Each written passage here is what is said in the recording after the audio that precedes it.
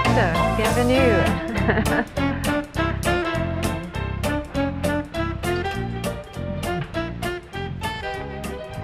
Quand je suis arrivée, le rue était bien différent que maintenant.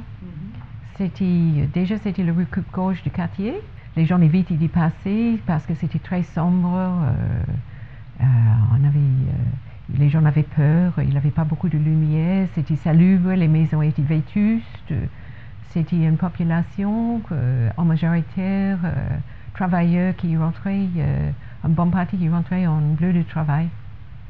Et la vie tournait autour du café à côté, Madame Aline, qui est juste à côté de ma cuisine là. Et tout le monde se rencontrait là. Et déjà à cette époque-là, la rue s'organisait pour faire des fêtes de 14 juillet ensemble. Donc il y a quand même une longue histoire de fêtes dans cette rue. Bien sympathique. Voilà. Quand je suis ici au début, dans l'axe de la rue, il y avait une petite maison de ferme, avec une cour de ferme. Et Madame Aline envoyait, par exemple, juste après la guerre, elle a envoyé son fils chercher le lait des vaches dans la ferme au bout de la rue. Petit, dans les années 80, les prix commençaient à augmenter et donc les gens y vendaient pour aller ailleurs. Les occupants étaient expropriés au prix de non constructible. On a vécu pendant 20 ans avec une friche. J'ai appelé à une réunion publique dans notre maison. J'ai mis des affiches avec une voisine, on a fait des affiches et la première réunion publique, j'ai appelé et j'ai invité des associations et voilà. C'était parti le début de bataille de Thermopyle. Mais on est passé très vite à l'action.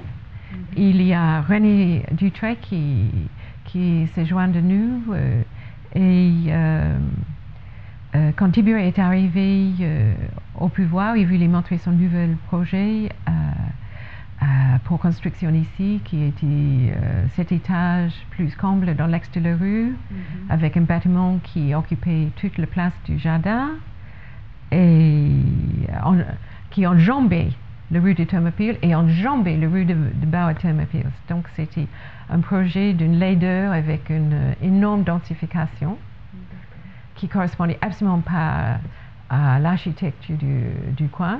Par cette époque, toutes les réunions de urbanisme et démocratie se passaient dans cette maison. Ici donc. Ici, oui, c'était le QG de UD. Voilà, et j'avais mis des panneaux devant et je faisais toutes les affiches à la main. Nous avons amené une bataille féroce et pendant longtemps, nous avons bloqué le chantier une fois par semaine. Le matinée, on empêchait les camions d'entrer et c'était assez efficace. On a eu beaucoup de réunions publiques et il y avait même une réunion publique au moment que moi je me suis mariée avec Georges en 1996. À la mairie, il y avait une réunion devant le ZAC d'Ido des gens, donc il y a plein de copains qui ne pouvaient pas venir à la mairie, mais on a fait une super fête ici après. Et la première petite fête, c'était en 1996, à la fin de 1996, quand nous avons gagné l'enquête publique pour récupérer le jardin, qui est maintenant le jardin Giacometti, mais populairement le jardin de Thermopyle. On faisait des appels aux participations et les gens arrivaient une après l'autre. Tout le long de la rue, il y avait les jeux pour les enfants, toute l'après-midi. On faisait un concours photo avec les habitants. Jean-Paul c'était vraiment le maître de la fête dans son quartier. Il avait des spectacles qui enchaînaient, le buvette, tout était bénévole et après, avec l'argent qu'on a récupéré, on a pu payer les artistes un petit peu. Il y avait beaucoup d'artistes, des artistes assez renommés de théâtre de rue, qui trouvaient que notre bataille était juste et intéressante et qui se proposaient de participer à la fête. On a commencé les grandes fêtes en 1998. Le premier était un super repas de quartier, mais énorme. Il y a eu des centaines de personnes. Dans notre quotidien, c'est la fête. se passe au Thermopyle, dans le 14e. Vous arrivez pile, on vous aime. Vous êtes des abusés, soyez engagés. Un mois déjanté dans vos têtes.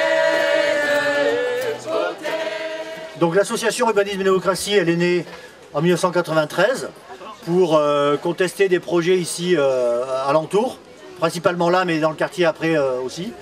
Et c'est une association d'habitants à laquelle, bien sûr, vous êtes invités à participer, qui fait réfléchir les habitants ensemble sur l'amélioration du quartier et de projets qu'on peut monter, nous, en tant que simples habitants. Et en 24 ans qu'on existe, on en a monté pas mal.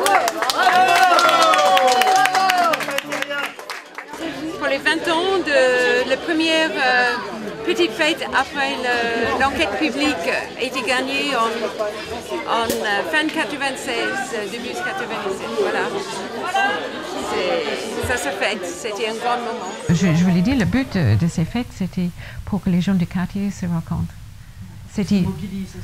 Se mobilisent parce qu'on n'était pas fini. Dès qu'on a gagné l'enquête pour récupérer l'espace jardin, on a commencé à côté, dans le Zac Didot, la place de la Garenne, pour empêcher la démolition, pour forcer la mairie de revoir son scénario.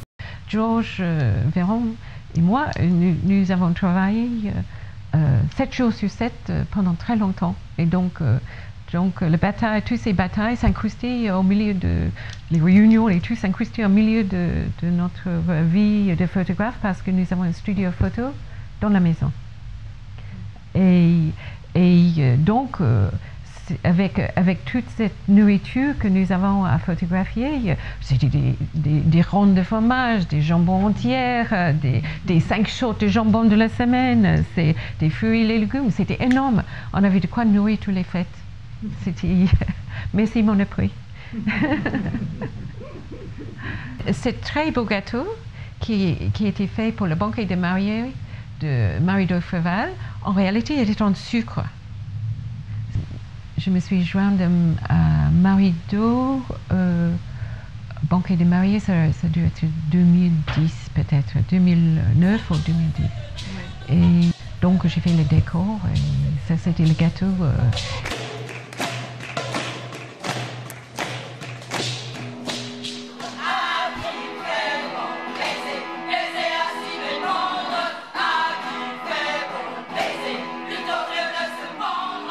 Et pendant le spectacle, il y a Juliette qui a dansé la danse du ventre, on tenait le gâteau sur la tête comme ça, elle vibrait.